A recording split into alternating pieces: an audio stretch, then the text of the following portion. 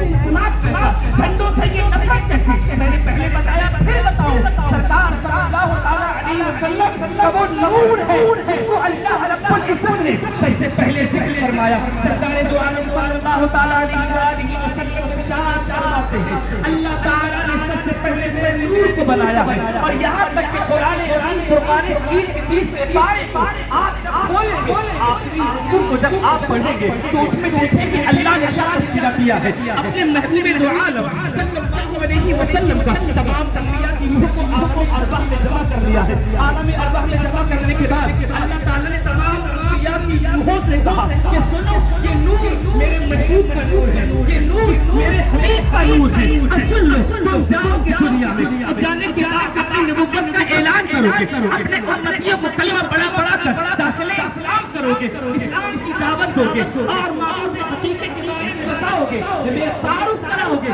اس کے ساتھ ساتھ تمہارا یہ بھی کام ہوگا کہ میرا محبوب آنے والا ہے، نبی کی آنکھوں زباں آنے والے ہیں، سرکار کا بھی تذکرہ کرو گے۔ یہی ہوتا تھا، ایک نبی آئے ان کے آنے کے بعد دوسرے نبی آتے ہیں، ان کا دین مرسوخ ہو جاتا ہے۔ اسی طرح سے جب سرکار دو عالم صلی اللہ علیہ وسلم تشریف لائے ہیں تو سرکار آخری نبی ہے، جب سرکار آخری نبی ہے تو تمام انبیاء کرام کا دین منسوخ ہوا۔ اب جو دین رہے گا قیامت وہ مصطفیٰ کا دین رہے گا، جو دین رہے گا قیامت مصطفیٰ کا دین رہے گا۔ یہاں تک کہ حضرت عیسیٰ علیہ السلام جب اس فرش زمین پر آئیں گے تو کوئی اپنا نیا دین نہیں پھیلائیں گے بلکہ دین مصطفیٰ کے مطابق ہی اپنی زندگی گزاریں گے۔ یہ ہمارے آقا صلی اللہ علیہ وسلم ہے، نور سے محبت ہونے والے۔ پھر یہ کہنا پڑتا ہے کہ سرکار کے میلاد میں کیوں کرتے آخر وہ لوگ بات کریں جن کو ہمارے مذہب میں تعلق نہیں ہے، ہمارے مذہب کی مخالفت کرتے ہیں، قرآن کی آیت کو وہ نہیں جانتے، رسول کی عظمت کو وہ نہیں جانتے، ان کو سمجھایا جائے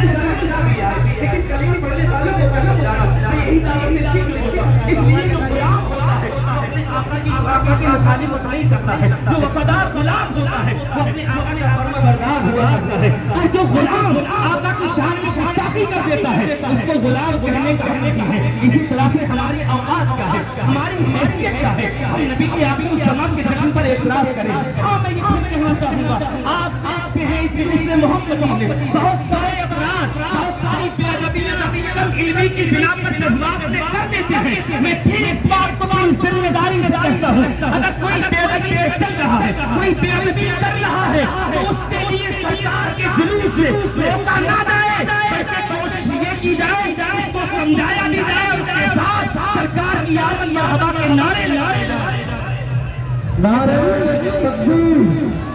نعرہ رسالت، سرکار کی آمد، سرکار کی آمد، آقا کی آمد، مدنی کی رسول۔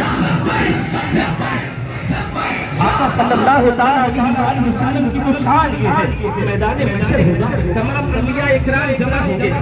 جو امتی اپنے نبی کے پاس پہنچیں گے کہیں گے ہماری شفاعت کرائیں گے، ہر ایک نبی یہی کہیں گے اذهبوا الی غیری، اذهبوا الی غیری۔ حضرت ابراہیم کے پاس جائیں گے وہ بھی اذهبوا الی غیری کہیں گے، حضرت موسیٰ کے پاس جائیں گے وہ بھی ابراہیم الی غیری کہیں گے۔ اب بتاؤ تو صحیح، میدان محشر ہوگا اور وہاں پر انبیاء اکرام مصطفیٰ کی شان بیان کر رہے ہوں گے، مصطفیٰ کی عظمت بیان کر رہے ہوں گے اور یہی کہیں گے جاؤ آج تو رسول اللہ ہی کرم فرمائیں گے، آج شفاعت رسول اللہ کریں گے۔ یہی میرے آقا صلی اللہ علیہ وسلم ہے، سرکار کہیں گے انا لہا انا لہا انا لہا، آؤ میں تمہاری بخشش کراؤں گا، آؤ میں تمہاری مغفرت کراؤں گا۔ اب یہاں سوچنے کی بات ہے، اب سوچیں تو صحیح، تو ہم تو کہتے ہیں نبی کو علم غیب نہیں، ہم تو کہتے ہیں نبی ہماری طرح بشر ہے معاذ اللہ، ہم تو کہتے ہیں سرکار کا وسیلہ نہیں ماننا چاہیے۔ اب جب یہ عقیدہ ہوگا تو بتاؤ تو صحیح کیسے مصطفیٰ کو صورت دکھلاؤ گے، کیسے مصطفیٰ کے سامنے جاؤ گے؟ نہیں، اگر جہالت کی بنیاد پر، علم نہ ہونے کی بنیاد پر ابھی تک نبی کی شان میں گستاخی کی ہے،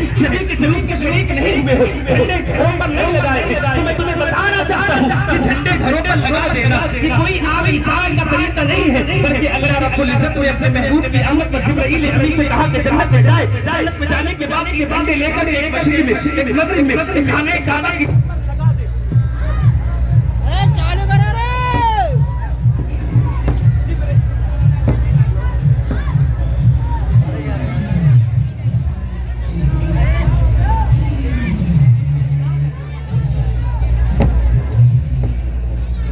ہلو بلبلے سدرا جبرائیل علی جنت گئے، جنت سے 3 جھنڈے لائے، مشرق میں لگایا، مغرب میں لگایا، خانہ کعبہ پہ لگایا۔ آخر خانہ کعبہ پہ کیوں لگایا؟ اللہ رب العزت نے کہا جبرائیل جا خانہ کعبہ پہ جا کے لگا دے، میرا گھر ہے وہ عظیم گھر ہے، جا کر کے جھنڈا لگا کر کے یہ بتا دے کہ آج وہ آیا ہے جو خانہ کعبہ کو گناہوں سے پاک کر دے گا، وہ آیا ہے جو اس مذہب اسلام کو بلند کر دے گا، آیا ہے وہ جو وحدانیت کا اعلان کرے گا، لوگوں کو کلمہ پڑھا پڑھا کر کے مسلمان کرے گا۔ یہی ہمارے آقا کی شان ہے، یہی ہمارے آقا کی عظمت ہے، یہی ہمارے آقا کی رسالت ہے۔ سرکار کے معجزے سے اعتراض، کبھی سرکار کی نوری بشر ہونے سے اعتراض، یہ وفاداری نہیں ہے۔ وفاداری کا نام تو یہ ہے کہ ایک غلام نے کہہ دیا میں فلاں آقا کا غلام ہوں، اب کوئی کچھ بھی کہتا رہے، وفادار غلام تو یہی کہے گا میں آقا کا غلام ہوں۔ جب آپ آقا کے غلام ہیں، آقا کی امتی ہیں، آقا کا کلمہ پڑھا ہے، پھر نبی کے میلاد سے یہ چڑ کیسی،